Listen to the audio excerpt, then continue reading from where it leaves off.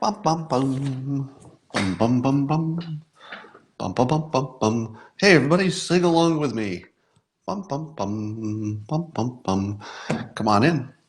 There's still lots of space up front for those of you who want to be in the front row. Come on in. No talking among yourselves. Take a seat. Good to see you.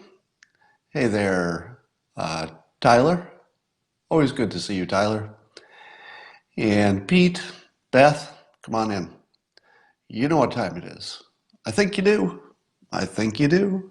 It's time for Coffee with Scott Adams and the Simultaneous Sip. Grab your cup, your mug, your glass, your stein, your tankard, your chalice, your thermos.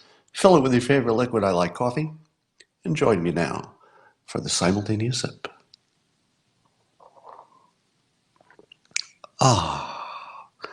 Some of the best simultaneous sipping I've had all day. Good stuff. Well, once again, the news is full of fun stuff. Do you remember when they used to say, if it bleeds, it leads? And the idea was that the news would only report bad news and violence. And it was all violence and bad news. When did that stop? When did the news stop reporting on violence? Now, I know that, of course, they'll report on some big tragedy. So if there's a big tragedy, of course, that will be the headline. But is it my imagination, or have there been fewer big tragedies lately? Or is the news just not covering it anymore? Because I'm looking at all the headlines and it's all just fun stuff. Well, it's not fun for everybody involved, right? In each of these stories, there's something like a victim, but it's not the big blood and death stories that we're used to. Let me give you a sample of some of the headlines. Now, this one is funny, but not funny. All right. So, for the purposes of the story, if you looked at the whole story, it's not funny at all. And you should find no humor in this. But half of the story is kind of funny. And I can't apologize for that. I don't make the rules. And it's the story that David Blaine, famous magician, has been accused by two women of something like hypnotizing them and sexually abusing them. Now, I've read the accusations and I can't say that they sound too credible, but I agree with the general ethic of the times that women must be taken seriously, so their story must be heard. So we're probably all on the same page there. But there's something about these stories that are different from other stories. Because if you claim that you've been hypnotized in one case, and in the other case, she doesn't have memory of the event, except some details after when she woke up in the morning. And here's the question that I ask you. So apparently the New York Police Department is investigating David Blaine, and I have to ask this question. What are the odds that a world famous magician, and apparently you might know something about persuasion as well, what are the odds that a person with that skill set could be convicted of a crime like this? So, I'm not suggesting that he's guilty of any crimes, innocent until proven guilty, but what are the odds that he could be convicted? Now, if you had an eyewitness or a videotape, then I'd say, yeah, anybody can be convicted. If you have a video of the actual crime, it doesn't matter how much skill you have. But in a case where it's he said, she said, and one of the saids is a famous magician, what are the odds that that person could not get off even if he was guilty?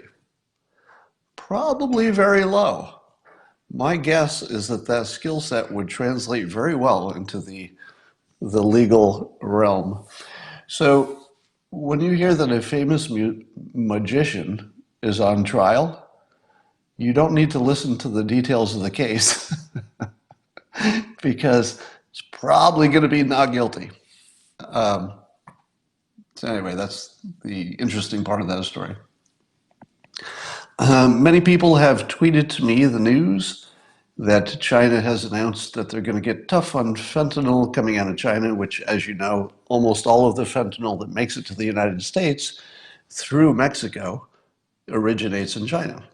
And China had laws that did not make it illegal to produce, let's say, things that are like fentanyl, but a molecule different. So the criminals were using that legal loophole in China to say, well, it's not exactly fentanyl. I changed this molecule in some unimportant way. But China has committed that May 1st they will criminalize fentanyl in all its forms, even the slight variations, and make it a capital offense, which means the death penalty. Now, I see a lot of people giving me credit for that.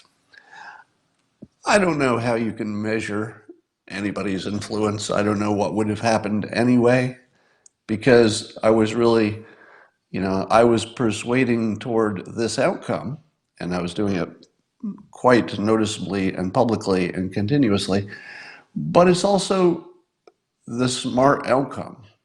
So I'm not going to take credit for people that I don't even know doing smarter things.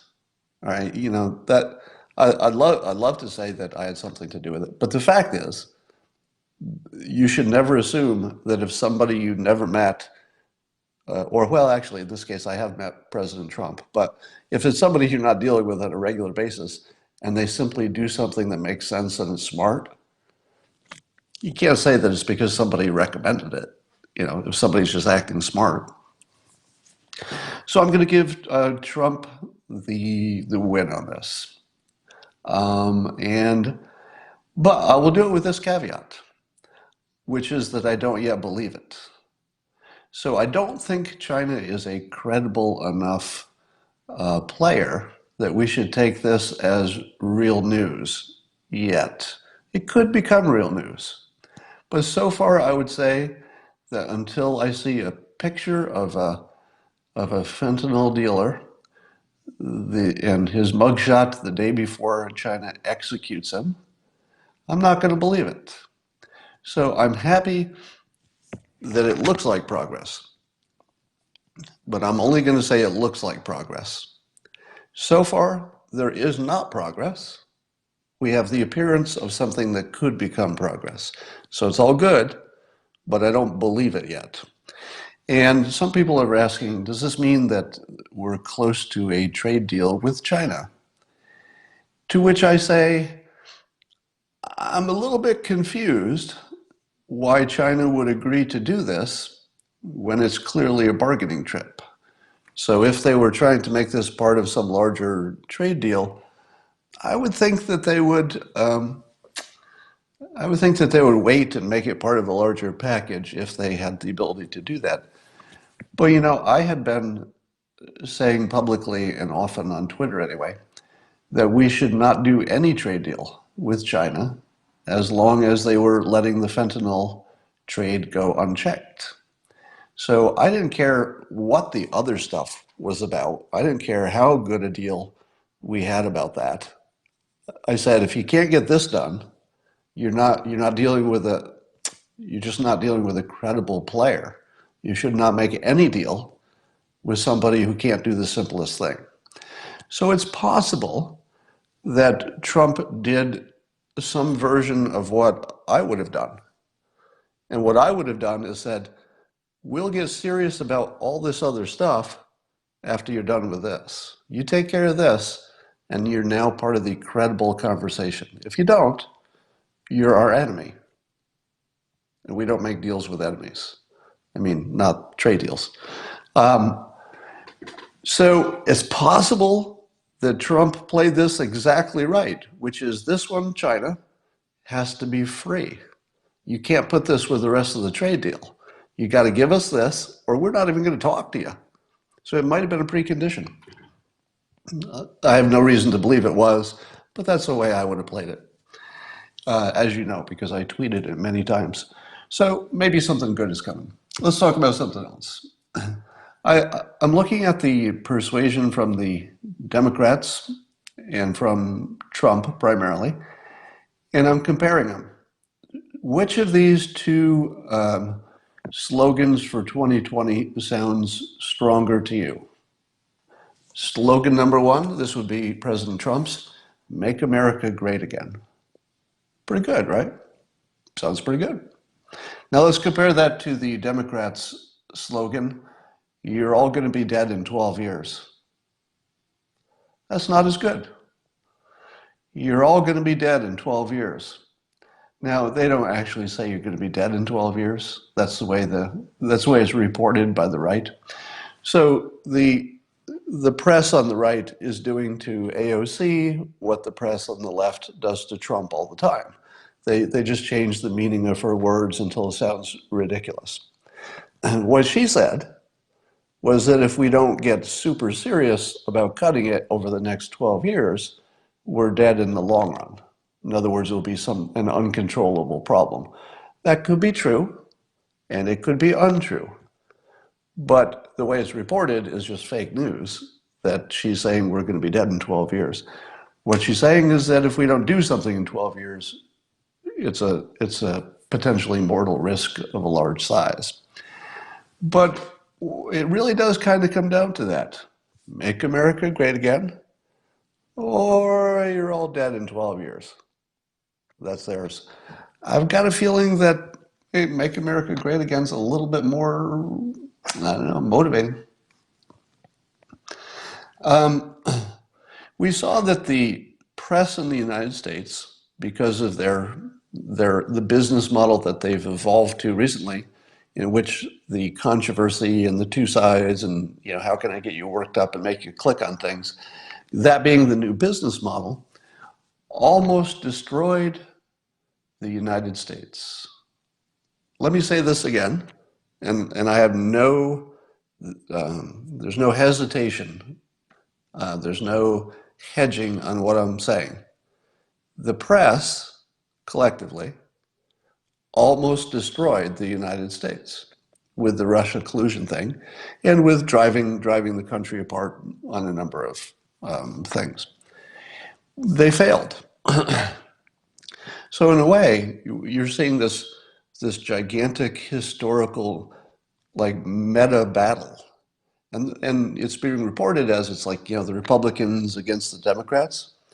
That's not what's happening.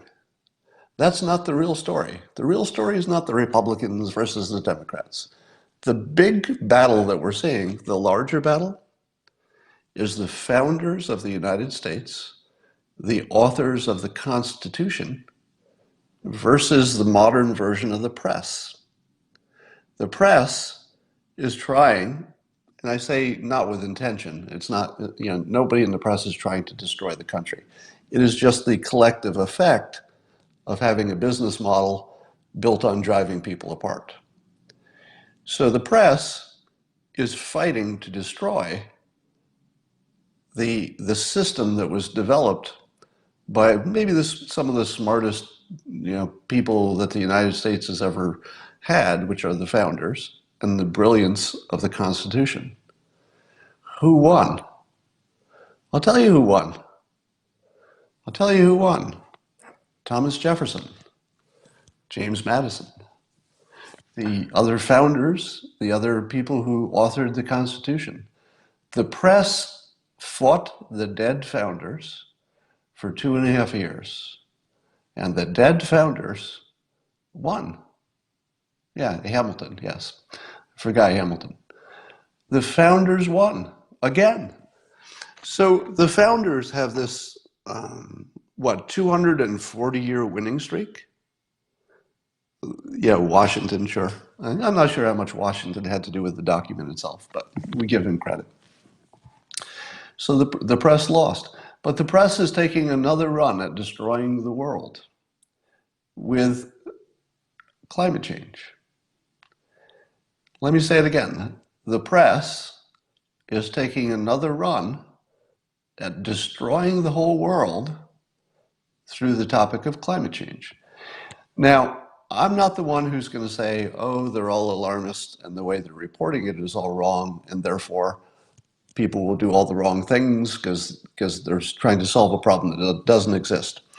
Those of you who've been watching me for a while know that my opinion on climate change risk is that I, as a citizen, can't determine it. I don't believe the scientists. I don't believe the press. And when I dig into it myself, as I have been doing for months, you hit a wall as a non-scientist and you just run into counter claims that you can't judge. Skeptic says this, a climate scientist says this. I can't tell. I'm not a scientist and I haven't looked into those topics. Can't tell. So I'm not saying that the press is wrong. I'm saying that I have no idea if they're right or wrong. But here's why the press is trying to destroy the world, and I mean this literally, actually destroying the world. Not hyperbole, I mean literally just destroying the planet. And it's by ignoring Generation 4 nuclear power as the obvious solution to climate change. Now, whether climate change is real or whether it's not real, Generation 4 nuclear development is the answer for both of those situations. How much reporting are you seeing on that today? I see lots of articles about the Green New Deal. I see no mention of nuclear energy. That is the press destroying the planet. That is exactly what that is. Now, again, it's not, they're not sitting in a room and saying, hey, let's destroy the planet. Nobody's doing this in any conscious way. It's the collective effect of the press. And here's why. And it's kind of obvious when you think about it. On the left, if the left media suddenly said, okay, we still think President Trump is a moron for not believing the scientists about climate change. We'll hold on to that thought because we need that for our mental sanity. I don't think that's a good description of what's happening, but let's say the left needs that. Still, they have a solution that's the obvious solution, and there's the know-how and the money and and we can get this done. But they won't report on it because if they report that President Trump can solve the problem that they think is the biggest problem in the world, and that, here's the best part, he is uniquely suited to solve it. That's the part that hurts. What is preventing the efficient development of safe nuclear power? For those of you who don't know, the Generation 4 designs, they're meltdown proof, so you don't have the risk of meltdown because they're designed so they can't. And they also will eat nuclear waste from other older sites. So it reduces nuclear waste, it eats it, and it can't blow up and melt down. But they need to iterate through some designs to get the best design within that class of things. President Trump is the rule breaker, or not rule breaker, he's a rule breaker too, but he cuts regulations. It is the regulations that prevent the country from doing these things. So now we've seen a few things going on. We've seen Alexander Lamar, Republican, suggesting a green nuclear, a Manhattan deal. He should be calling it the Green Nuclear Deal. That would have been better branding, using Mark Schneider's hashtag. But he's gone with Manhattan Project, which is okay, gets attention. So that's one thing that's happening on the Republican side. Do you see all the news about that today? You don't. What's the most important thing in the news? It's that nuclear energy is actually a legitimate, practical solution. And here's the important part, the only one. There's not a second choice. There is no second choice about how to deal with climate change. There's only ridiculous, hope and prayers stuff. Like, well, maybe we'll get this solar stuff going. Maybe if you stop using the airplane, or I think that's an exaggeration, but it's sort of just good feelings and hope, and I don't know.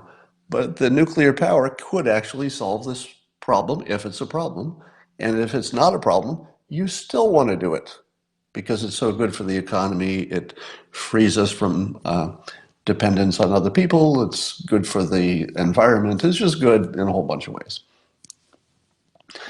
So the fact, and then there was also Secretary Perry's project. They're funding the rapid development of new types of nuclear fuels, which gets to this Generation 4 thing.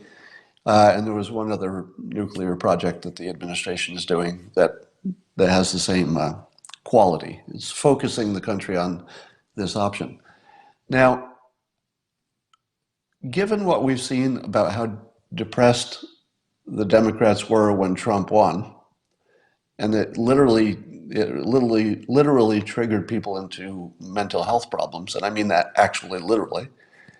And then we saw that the Russia collusion thing collapsed, which was the only mental solace that they were getting. It's like, well, at least we know it wasn't because he got elected fairly. But then it turns out, yeah, the collusion thing fell apart.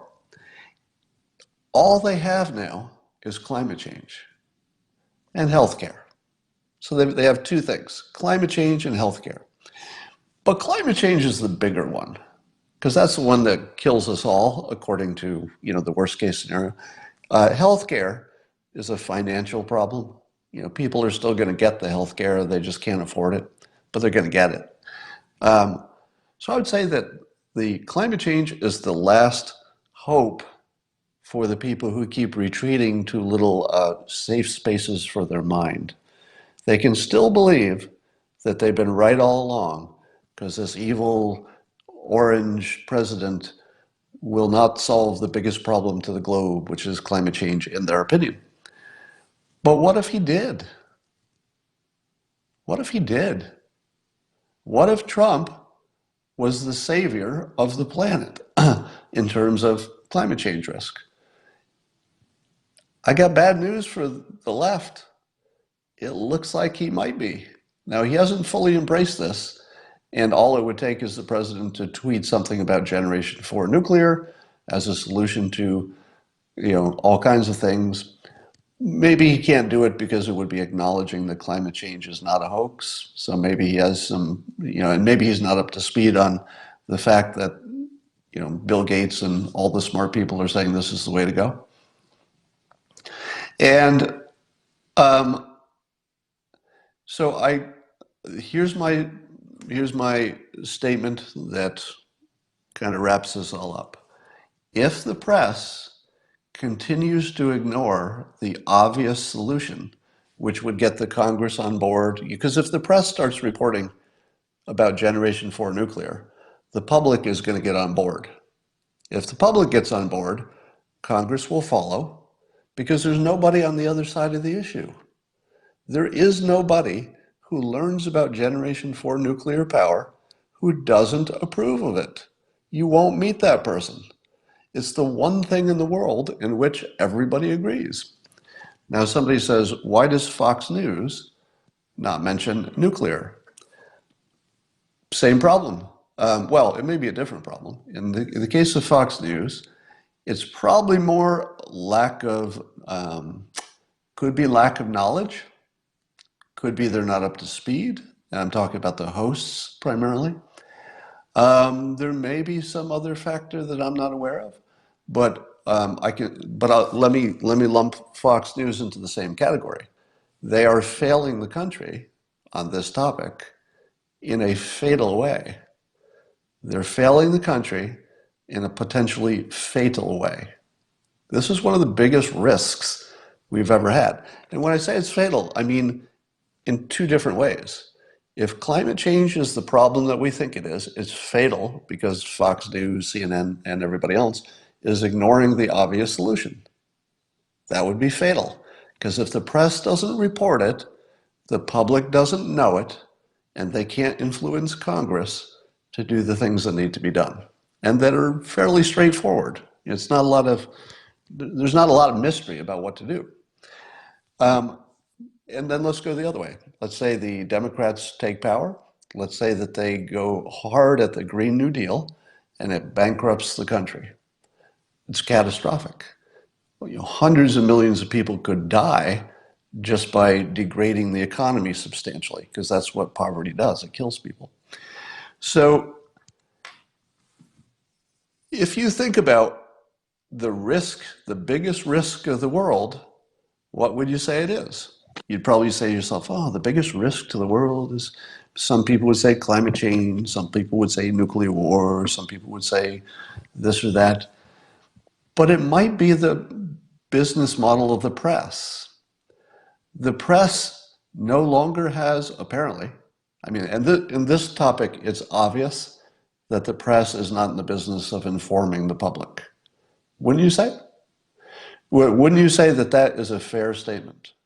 That the press, both sides, left and right, don't have an interest in informing the public in the most productive ways. It's just not a thing anymore. It's nobody's job to do it. So that is my problem. Now, I was listening to Tucker Carlson last night. He was talking about the Green New Deal. Tucker makes the following claim. He says that the Green New Deal, and I'm paraphrasing, is really just a power grab, and that that's what it's all about. And that the point of the Green New Deal is to centralize power, and that it's all about power. To which I say, what? What? I don't even understand that point. I'm not going to tell you it's wrong, but there's no connecting tissue. I'm saying all of you agree. My God, that's scary. My God. Holy shit. I can't believe I'm saying this many people agree. Oh my God. This is blowing me away. I'm actually having a full body feeling. I've got chills right now. Oh my God. This is scary. You've all been hypnotized. And there's nothing I can do to talk you out of it right now. I'll work on this over time. But let me oh my God. I'm actually, my mind is boggled right now. You know, I've been talking to you for a long time about how people don't have independent opinions. Their opinions are assigned to them by the press. And, you know, I know that, I believe it, I observe it all the time. But to see it so starkly, like with your comments, you're all agreeing with a point which is very, very important and completely disconnected from any reality. It's completely an assigned opinion. There's nobody here who could explain why that's happening. In other words, who is it who's grabbing power and why they want that? None of you can explain that. There's no connecting tissue between the thought that the Green New Deal is really all about a power grab. Now, if you mean that it helps the Democrats get elected because they have a topic, then yes, I mean, it's a political topic. But there is no question in my mind that the public believes this is a real thing and a real risk. The scientists who are working on climate change are not going to work every day and saying, if I get this done, I will successfully have given power from the people to a central source. No, nobody has that thought. There is nobody in this planet who in their mind is saying, let's do this so we can consolidate power. Nobody. There's nobody who's ever made that claim. It doesn't make sense. And I just watched how many, 100 of you just say, oh yeah, that's a fact. It's a fact because you heard it on TV. That's the only reason you think that. There's no logical connective tissue to that. It's completely divorced from reality. And I'm just gobsmacked that so many of you bought it. You don't often see brainwashing that stark or that immediate. That is complete brainwashing. If any of you can make an argument that there's a real person who's thinking to themselves, this climate change is going to be great for me to get all the power. You're going to have to find me a person. And I've been having the same conversation on Twitter. And the people who believe that it's a power grab, they send me two memes. And both of them are a photo of some old person. And on the photo of the old person will be a quote that seems to say that they're really all about grabbing power. But if you look at the wording, you can tell that it's a critic. It's not somebody who says, yeah, we're going to grab power, which is sort of the way I think it's being interpreted. It's somebody accusing other people of the same thing that Tucker did, which is, hey, you other people are all about grabbing power. But there's no evidence. There's no person who's ever said that's what they intend to do. There's no logic to make any of that work. Now, if there's an argument for this, I'm open to it, right? But you'd think that a claim this important would always come with a little bit of explanation, right? And not details, but if you're going to make a claim as important as climate change is really about consolidating power, that's a huge claim. That's about as big a claim as you could make. If you're going to make that claim, you should at least have a few words to say why you think that. Could be the person who's doing it has said so. Like, show me a quote from the person who's actually trying to consolidate power. Show me an undercover video of somebody saying it. Show me the people specifically who would benefit. There's none of that. It's a completely groundless, as far as I can tell, absurd claim. Climate change is a whole bunch of people acting independently. That's it.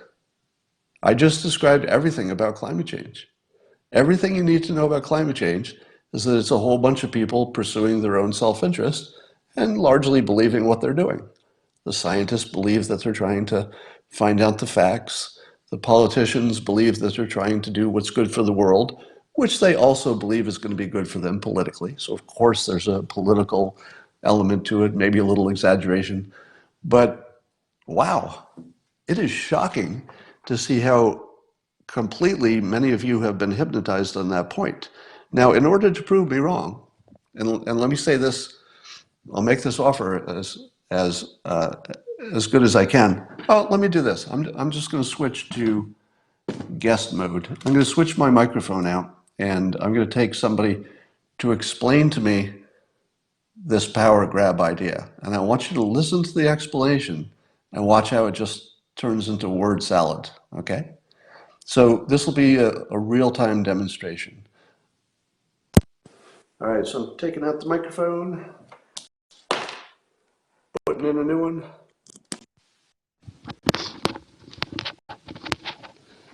All right, I'm looking for a guest who will connect the dots for me and make the case.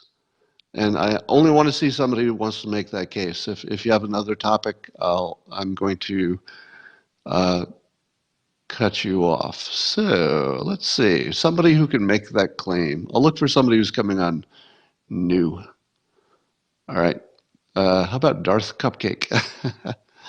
So I'm picking somebody who just signed on to be a guest because I think it's more likely that you were interested in that topic. Caller, can I hear you? Hey, can you hear me? I can hear you. Hey, how you doing? Are you here? Good. Are you here to make the case that climate change is all about grabbing power?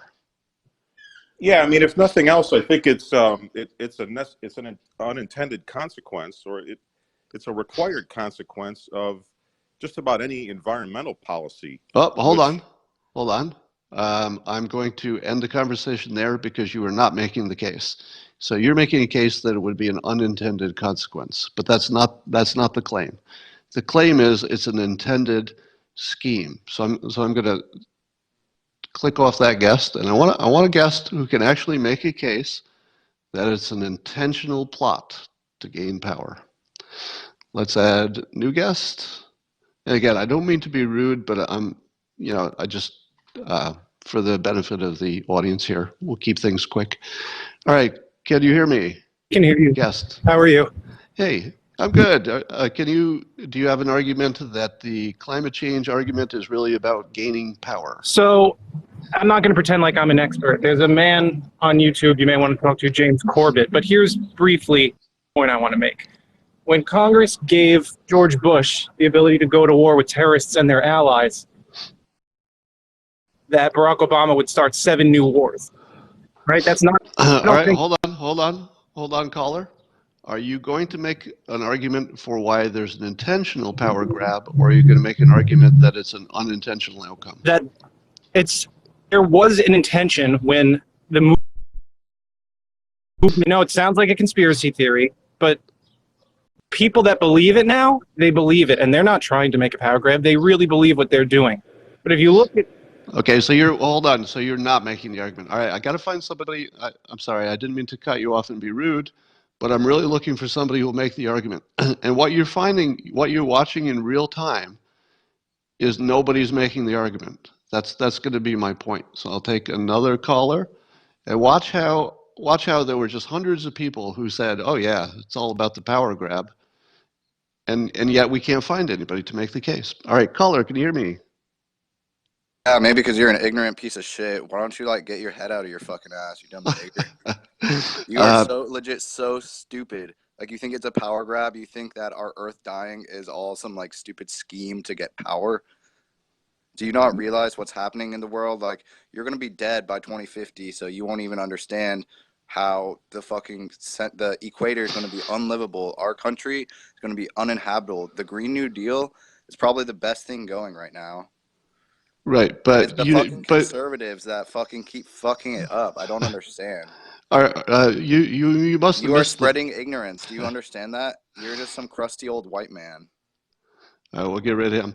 So that caller didn't even know what topic he was in. He was arguing about climate change, which was, in other words, he was arguing against the point I was asking people to argue for. So whoever that caller was, if you believe that I'm a crusty old white man who is opposing the climate change, you have not been paying attention. Because whatever I am, I'm the opposite of that, except for the crusty old white guy stuff. All right, so I wanted you to hear how crazy that was, but he was crazy in the wrong way. He was the other kind of crazy that, let me find somebody. Now, you're watching the experiment in real time. So I'm going to take Christine, and Christine, your job is to tell me the argument for why the climate change is all about grabbing power. Christine, are you there? Yes, I am. Can you hear me? I can. Can you tell me why the climate change topic is really all a secret way to grab power? I believe that it is a way to undermine the Constitution of the United States, cause anarchy, and take over a befuddled populace. Hold on. It causes I, fear. all right, I got you that would be the point of it. Now connect it with some logic and facts. Who is it who has this plan specifically? It has to be the anarchists in our country. And it started with people like Saul Alinsky and the Weather Underground, and followed through by Obama and Solyndra and all of these things that go to undermine the economy. Hold on. So I understand what the conspiracy theory is. So the conspiracy theory is exactly what you just described. So you described it well. Thank you for that. Now the next part is, besides describing what it is, give me some evidence that it's real. In the modern day, so a 2019 argument that there's some real person, and who is that person, and are they trying to get power? Who exactly is getting power? People who no longer believe in the Constitution, the Electoral College, and the founders. I can't. Well, There's anarchy is the opposite of power, right? So the people who would like to destroy the system and create anarchy are the opposite of the claim. The claim is that there's somebody who's trying to get power. Anarchy is getting rid of all the power. So is there a claim that there's some person or group who's trying to get the power? Isn't that power? In the abstract, yes, because it's a power to destroy. but that's not the claim. All right, so let's get some. I'm going to go to another color. So that would be a different claim. If there's a claim that anarchy is the goal, that's a different claim. Let's go to lavender turkey. By the way, did you note that when the angry guest came on to insult me, that he wouldn't even listen? Like he wasn't even willing to listen to the other side? I think that may be a consistent finding. All right, lavender turkey, are you there? Yes, I'm here, Scott. What's up? Hey, can you make the argument that climate change is really a scheme for grabbing power?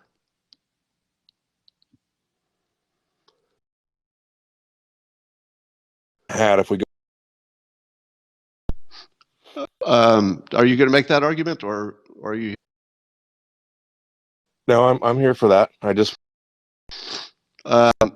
may have, there was an audio problem there, but make your argument that it's a power grab. Who's grabbing power? Okay. Exactly who is the beneficiary of this power grab? Well, the beneficiary would be the Democrat Party, obviously, and it gives them more power. Excuse me, I had a little thing in my throat there. It gives them more because it furthers their agenda. So it would get them elected. I think everybody agrees on that part. That it's part of a campaign issue. So that part I think everybody agrees on. But take it to the next level, where who are the specific people who are the people who are going to get all the power? Who's that going to be? Well, I don't think there's one specific person rubbing their hands together, going, I'm going to have power. I don't think that. All right, so you're not look for somebody to make the argument. All right, so I could do this all day, but I think you see what's happening, right? So everybody, when I first said, do you think this is a power grab? You saw the comments. It was yes, yes, yes, yes. This is definitely a power grab. And then I talked to 6 people in a row, and nobody could make the argument or even try to make the argument. It was all just word salad. Did you notice that? Now that's what I told you would happen. Before I did this live, I told you that there would be no argument, but we all believe that somebody else has one, or something like that. All right, I'm done with that topic. Let me talk about something else. I introduced the idea of the slaughter meter. The slaughter meter is my prediction of what the 2020 presidential race would be if no variables changed from what they are today. So if you just straight line the variables to the election day, I did have it pegged at 100%. So until today, the slaughter meter was at 100% because it said that the president would just slaughter whoever he ran against. It didn't even matter. I have lowered the slaughter meter to 50%. And here's why. All of the things that the president has done well are going to be baked into the cake by election 2020. In other words, people will stop worrying about ISIS, but they will also stop giving the president credit because it's going to be old news. People will get used to the economy being good, and they will stop thinking that Trump had anything to do with it. People will, and on, right? So what the things he's accomplished are going to feel like you're taking them for granted. The big issue seems to be healthcare. And because healthcare will be the biggest issue, along with climate change, and the president has completely screwed the pooch on this topic, his odds of slaughter are reduced by 50%. Now again, plenty of stuff could change between now and election day. So that could go back up to 100%, could go to 0, could be anything. But at the moment, I reduced the slaughter meter from 100% to 50%, meaning it's a toss-up right now. And so the president first said, oh, we're working on a plan. CNN is reporting that they can't find any live human being who's working on that plan. Now, it might have been a plan to create a plan or something like that. But now he said that he's going to push it off to 2020. He may or may not have people talking about it. There are hundreds of different ideas floating around. And frankly, I would say that the president has completely failed on this topic. He's failed persuasion-wise, he's failed politically, and he's failed the citizens. Right? So for those of you who are pretty sure I never say anything bad about the president, I've been hammering him on healthcare for a long time, and he's at probably his lowest level of competence on that topic. Now, putting it in context, I would say it's the hardest topic because nobody else has solved it either. So it's hard to say that this president is like a special failure on this topic when nobody else has ever solved it either. And nobody has a good plan that I've heard. So if there's no plan from anybody, it's hard to say that this one person doesn't have a plan and so he's extra special bad. But you can say for sure that he's not solving it. And I don't even think he's moving it forward, frankly. The administration is doing a number of things that are good, such as making more competition for generics and things. And if it's true that that Trump stopped prescription medication prices from going up, and he's made that claim, I haven't heard anybody fact check that. I'd love to see the fact check on that because I don't know if that's true. But they're at least doing the right things that should stop the prices from going up as fast as they were. So I'll give him credit for the things he's done. But the healthcare thing is just botched. Yeah, there's just no nice way to say it. It's just botched, and we can't just throw. You can't just give the president some kind of automatic credit because he's on your team. You got to call a. Sometimes you just got to call it the way it is. Healthcare has been botched. Now, again, to be fair, the Democrats have botched it. The Republicans in Congress have botched it, and the president is botching it. It's all botched. there's nobody to compliment here, except here's an interesting thing. There's one freshman Democrat who is recommending let's see if I want to describe it right. Instead of Medicare for all, in which the country would have one Medicare or one healthcare system, he's proposing that people could buy into Medicare optionally. So you'd still have all of your private plans, but people could buy into the government plan to compete against the private plans, and then you'd have a good competition, and that somehow would lower prices. I don't know if that's true. Don't know if that's true. I'd love to hear smart people debate that. But here's what I did like about it. It's simple. It's incremental. It's easy to test. You could test it, right? At a relatively modest price, you could test it. You could test it in one state, for example. Let's say one state. Pick a small state. Pick Vermont and say, let's just try this in Vermont. I'm just randomly picking a state. Test it in this one state for 1 year. See if prices go down in that state. I don't know if that works that way. Maybe prices are all the same nationally, so that doesn't work. But the point is, if you could test it, go ahead and do it. It would be the smallest change. It completely keeps intact the entire private competitive situation, but it gives people someplace to go if they need cheaper health care, and maybe that would help. So I'd love to see that idea debated, because here's the problem with the healthcare discussion.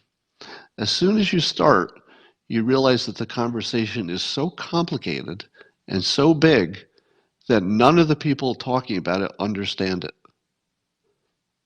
Let me say that again. There's nobody who talks about healthcare who even understands it past the surface. It's just too big and complicated. I've dug into it just a little bit, just to find enough to know that there's no such thing as a member of Congress who's got a good handle on healthcare. There's nobody's even close. So if you've got a big, complicated thing that you can't do a magic bullet and get in there and say, oh, if we just go in there and change this variable, this all starts working again. There's nothing like that. It's this big, unwieldy, you got lobbyists in healthcare, and you've got rules and regulations, and you've got, millions of people who have to be satisfied, administratively. It's just impossible. So this one freshman Democrat, whose name I can't remember, I guess I should give him more credit, comes up with the first simple idea. And it sounds simple, at least compared to all the other ideas. You know, everything's more complicated than you think. But yeah, it's a confusopoly. Somebody says that's right. So the prices are high because the public and the government can't tell what's going on. As long as the public and the government can't tell what's going on, it's too confusing, then the prices will always stay too high.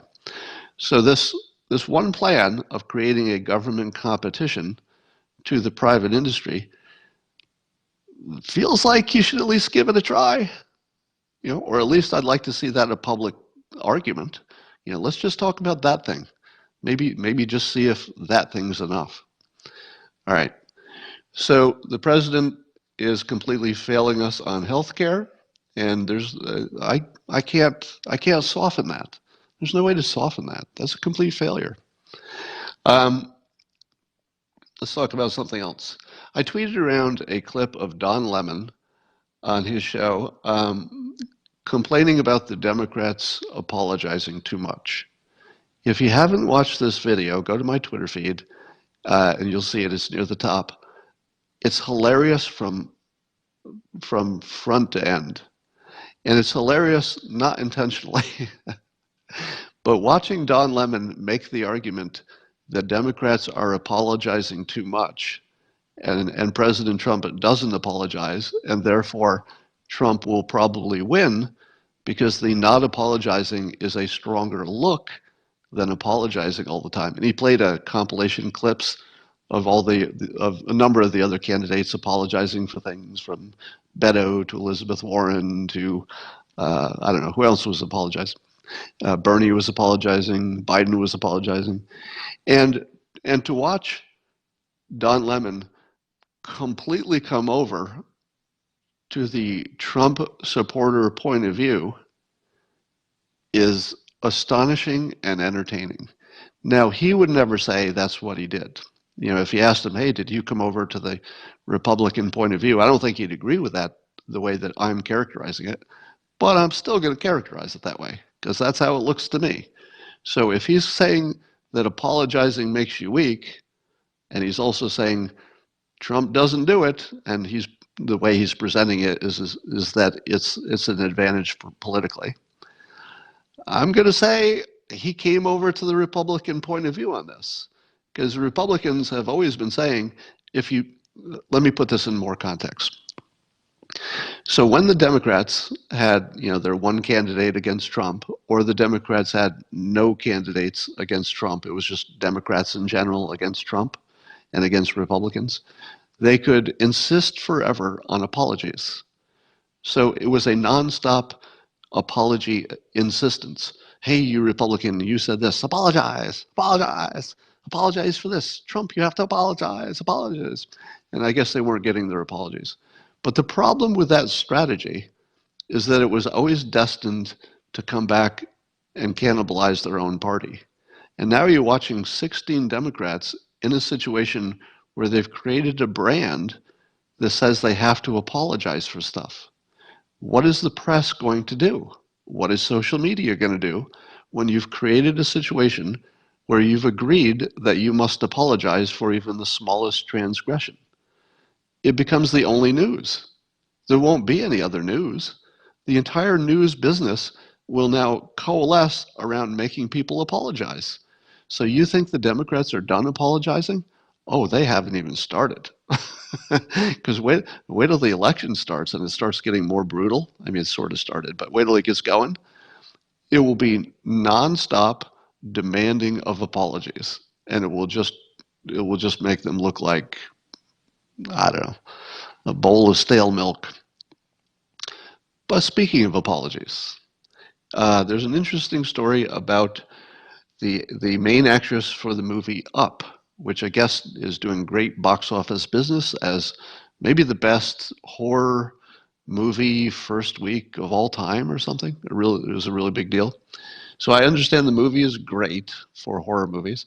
And the main actress, whose name I hope I'm pronouncing right, is Lupita Nyong'o.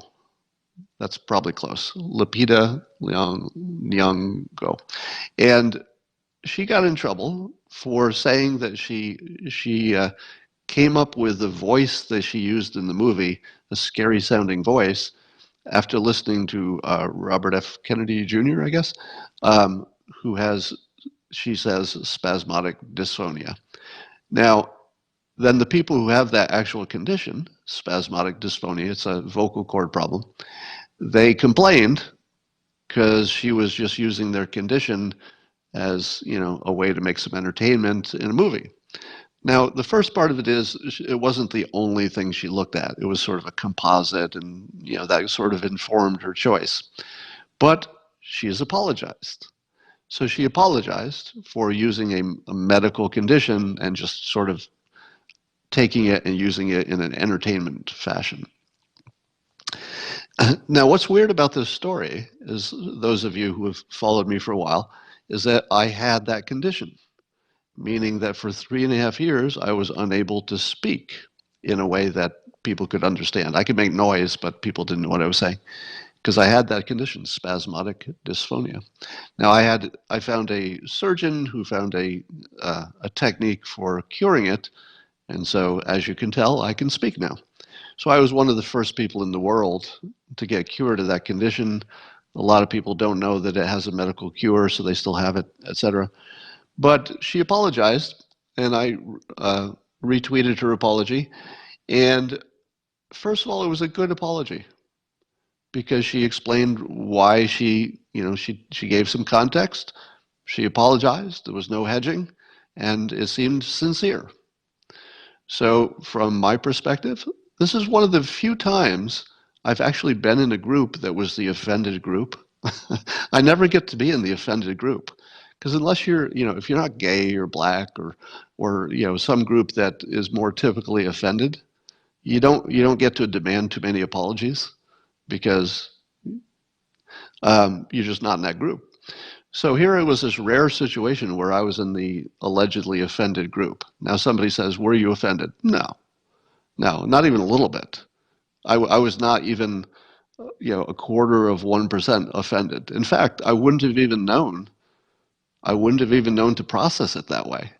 If it had not been for other people being offended, I wouldn't have even known that was a thing to be offended about. Apparently, I don't get offended too easily. But still, I accepted the apology in my tweet. Apology accepted. Because I, first of all, agree that you should accept apologies when they're sincere, and even when they're not. So my view is that even an insincere apology, as long as it's a good effort, should be accepted, because it's a good way to organize society. I'm not much about demanding apologies.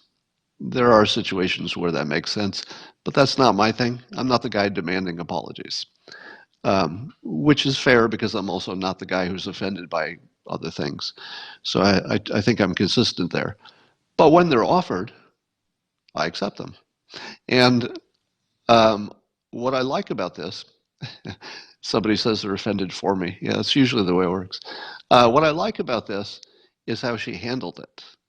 So I've always put this standard forward, and I recommend it to all of you. If you're judging people by their mistakes, you're going to be living in a crappy world, because we're all making mistakes all the time. So if we're judging people by their mistakes, you're just creating a world you don't want to live in. But, because we're all making mistakes all the time. But if you judge people by how they respond to their mistakes, then you've got a much better system. That's a system you want to live in. So I'll say her name again, because I'm paying her respect. Lupita Nyong'o. She made a mistake, very small one. Right? It was a tiny little mistake. But she owned up to it. She gave a full explanation. She offered what I think is a sincere apology. I really think it was sincere. Done. She handled it perfectly. I like her more than before she made the problem. Let me say that again. If you handle your mistake well, I'm going to like you more than if you'd never made a mistake. There's something like that when it comes to customer service. There's a well-known studies that if a customer has a problem and complains, and the business they complain to handles it well, that person is more likely to be a repeat customer than someone who never had a problem. So that's an important thing to understand. If the company that did something to the customer fixes it, says, "Oh my God, I'm sorry. Here's what we'll do to fix it," you guarantee you have a customer for life, because people are very influenced by how you fix a problem. They are not so influenced by the fact that you had one, right? Important point. Let's talk about boycotts because it's in the same kind of general thing. So George Clooney recommended that because the Sultan of Brunei is implementing Sharia law, which will punish LGBTQ people in that country quite brutally with death, I think. So Clooney is saying we should boycott the hotels that this Sultan owns. I guess Bill Maher came out on the other side of this, saying that boycotts are lame, and of course Bill Maher has been on the receiving end of a boycott. I too have been on the receiving end of a boycott, and I'm still there. So the receiving end of the boycott is not fun. My income went down 30 or 40% just from talking about politics, and so boycotts are no good. But here's the problem with boycotts and apologies. They're like viruses. As soon as that first boycott enters the conversation, there's going to be more boycotts. And you can find a reason to dislike just about everybody until you're boycotting a Democrat-owned business or a Republican-owned business. I don't believe in slippery slopes per se, because usually there's an obvious thing that will stop the slippery slope from continuing to slide.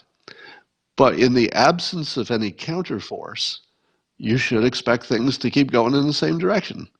And with the apologies, I don't see a counterforce. It just looks like the poor Democrats are going to have to apologize forever.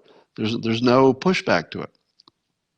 Likewise with boycotts, if you allow that a boycott is a good thing to do in any situation, then you're accepting that you're living in a world where everybody's going to get boycotted eventually.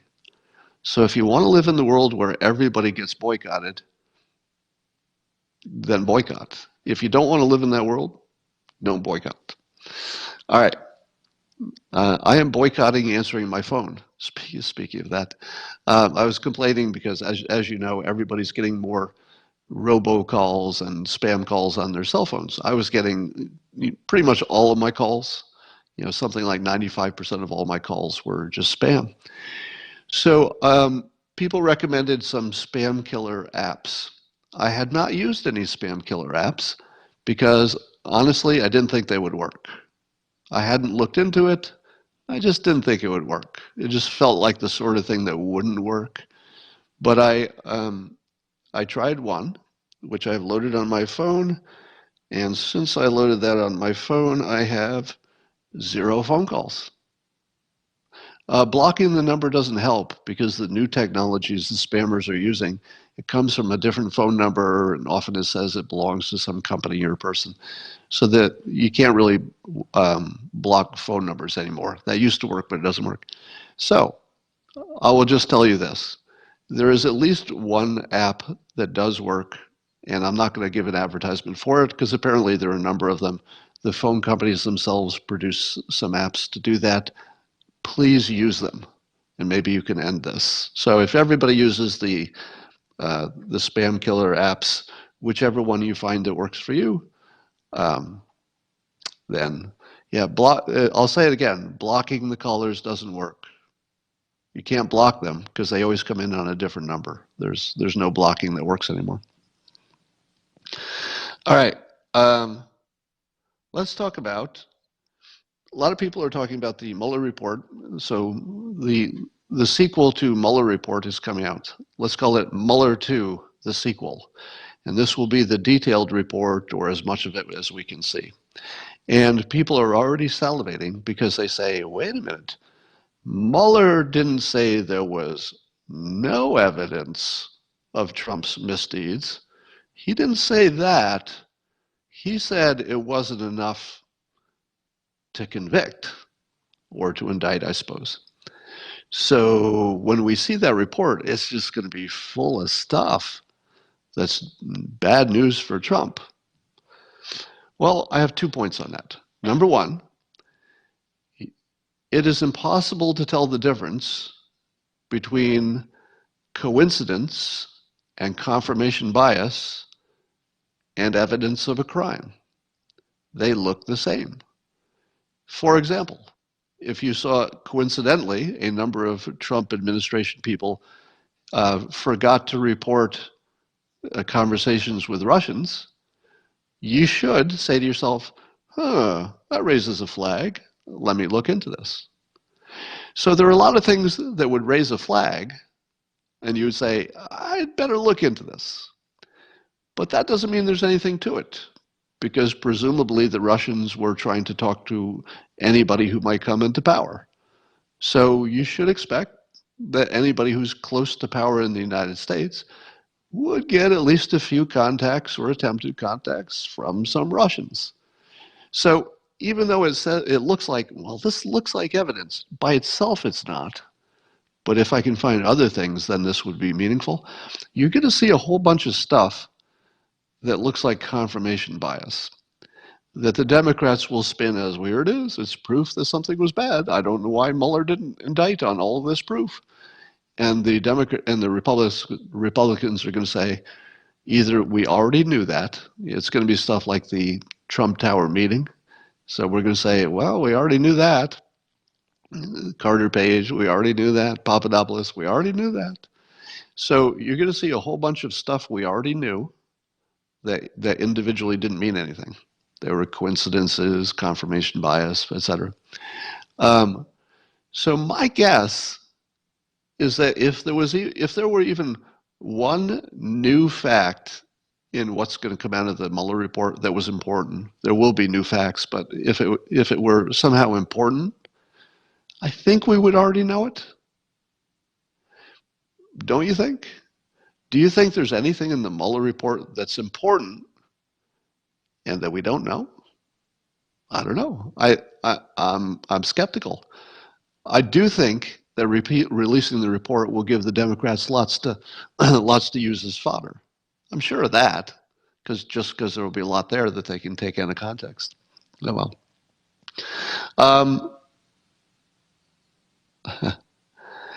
Did you see that Duke University has to pay $112.5 million to settle a case because they were falsifying data for their scientific grant requests?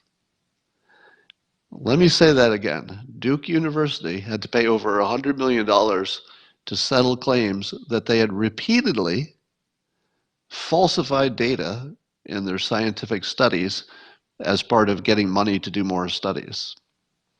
So I tweeted that around with, so I guess the science is settled. When you see the Duke University case, and you see how massively people were maybe not colluding in terms of talking to each other, but were individually all criminal. I think it's criminal, isn't it? Wouldn't it be criminal to fake data to get money? Feels like that would be a crime, right? That's why they were being prosecuted.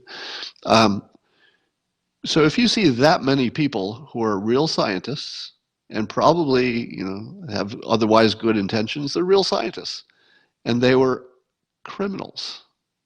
They were actually criminals, a lot of them. It wasn't like they said, hey, you got that one guy? Hey, Duke, that one scientist? You got that one scientist who keeps falsifying stuff. It wasn't that. I don't know how many scientists were involved, but it was multiple, and there were multiple events. It wasn't even a one-time occurrence. So apparently there is an ethic or a standard in which falsifying data to get grant money is not that unusual. So if you're looking at climate science and saying to yourself, well, there's no way that all of these, literally probably millions of scientists could all be in on it. It couldn't be a conspiracy where everybody's in on it. Doesn't need to be. Look at the Duke University case. My guess is that those scientists were not colluding with each other. They just all independently said to themselves, what is in my best interest? And then they acted on their own best interest. What would make the larger climate science conversation any different than that? It's the same situation, just larger. It's just more scientists getting more grant money on other topics. Why in the world would we expect that to be different from the Duke University case? Now, I always have to add this caveat. I think it's a guarantee. I think that given human nature and how humans will always grab money if it looks like they can get away with it, and it's a lot of money. Under those two conditions, we think we can get away with it, and there's a lot of money involved. You can depend on anybody, doesn't matter who they are or how nice they were up until that point. You can kind of depend on human nature to grab the money. Now, I assume that that is happening in climate science at a massive level, that people are in fact falsifying data to get money. But here, I want to be very clear about this. That does not in any way mean that climate science isn't real, and it doesn't mean it's not a problem. Those are very different things. You could have 75% of all the climate scientists be literally criminals. Literally, they could actually just be criminals falsifying data to get grants, just like Duke. And it still wouldn't tell you if climate science is a hoax or if it's real. It just wouldn't. They're just different things. If 25% of the climate scientists are right, we got a big problem. And I don't know who's right because I can't determine the rightness by looking into it. Anyway, the Duke University case should give you pause about what you believe from any large organization, even if they're scientists. All right. Let's talk about gravity. All right, here we're into bonus time. All of the people who only wanted to follow the politics are already gone. So I'm going to do the crazy stuff at the end. Are you ready? We're going into the crazy stuff. Have you heard of string theory?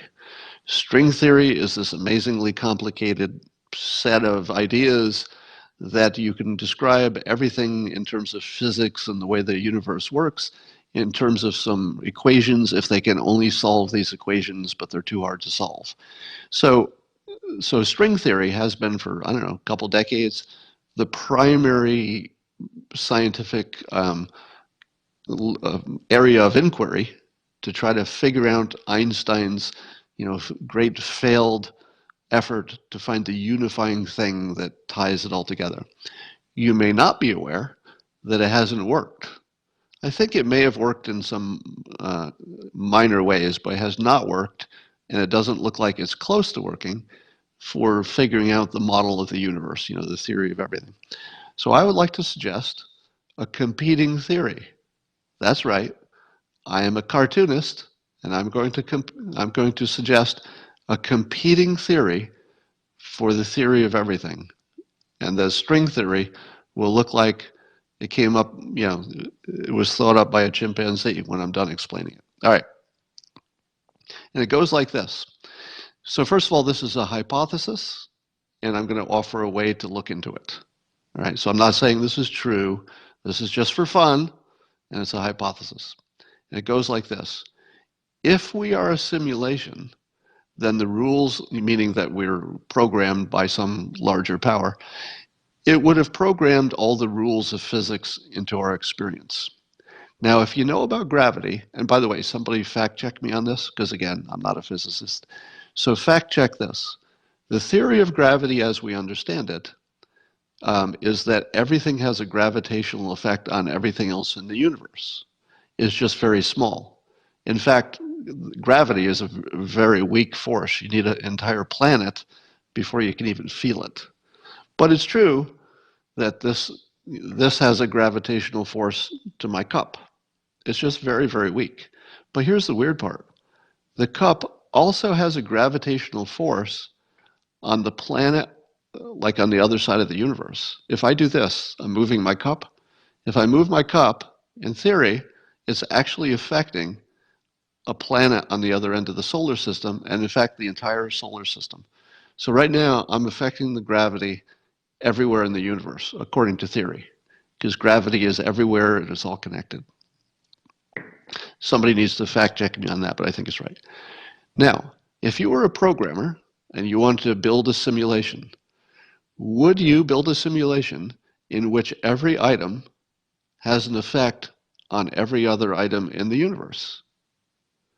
That would be very complicated and probably, would be beyond your processing power unless you were a super advanced, alien race. Here's what you would do more likely. More likely, you would build your model so it's the same way that we build video games now. So the video game characters have gravity. But the gravity in their video game, it doesn't have any effect on other video games and other scenes. So if a guy is jumping up and down in your game, you don't need to include any code for how his gravity affects anybody else. You could treat all the items like they have their own gravity. Simpler, right?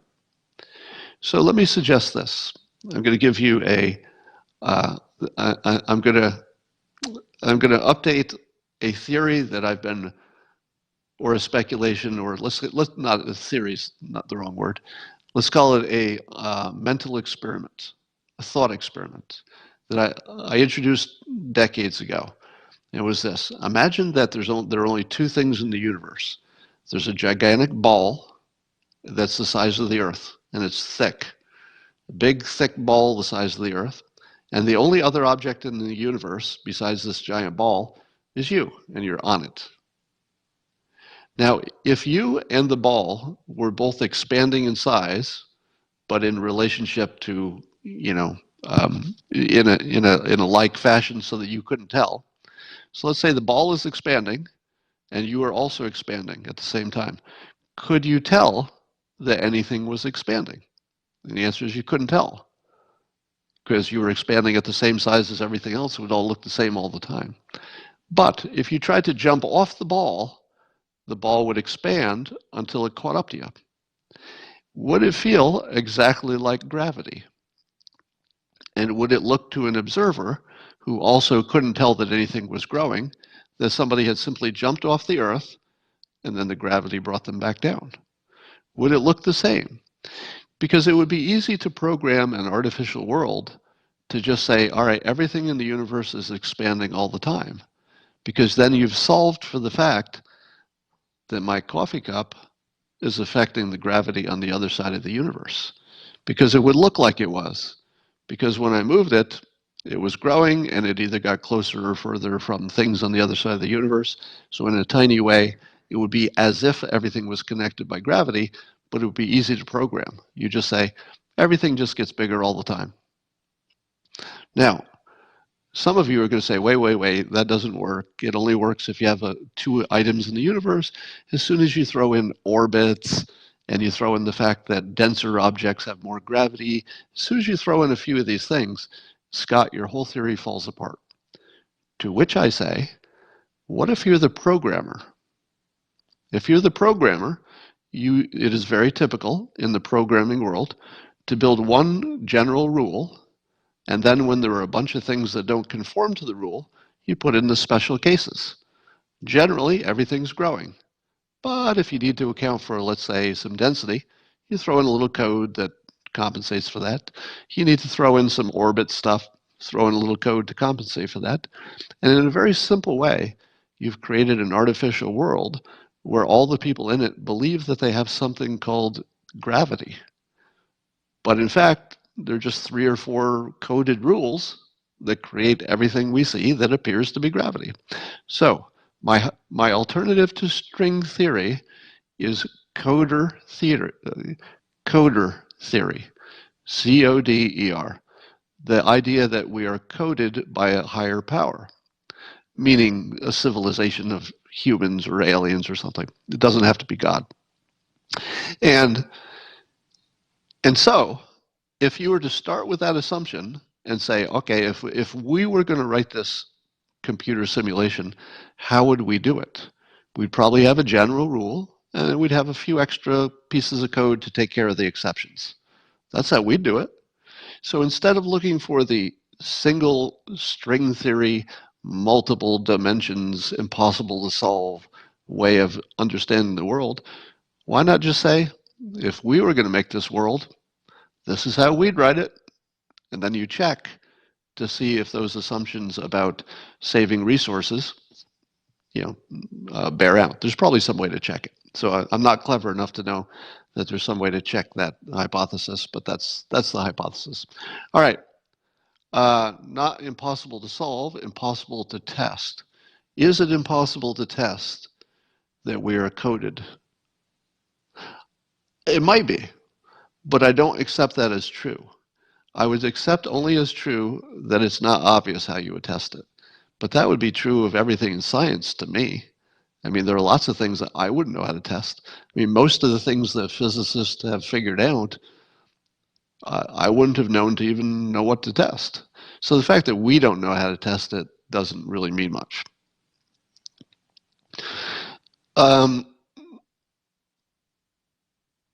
Somebody says it's impossible. It would be impossible. Oh, let me say this. It would be impossible if you got a false test in which that we had been coded. That wouldn't tell you because the coder could have built in that code to prevent you from ever learning your true nature. But if you found a positive proof in which you proved it was true, then you would know it was true. So getting a negative wouldn't tell you anything, but if you could get a positive result and prove it, that would tell you something. And I don't know if that's possible, but that's all I got for today. Think about that, and I will talk to you later.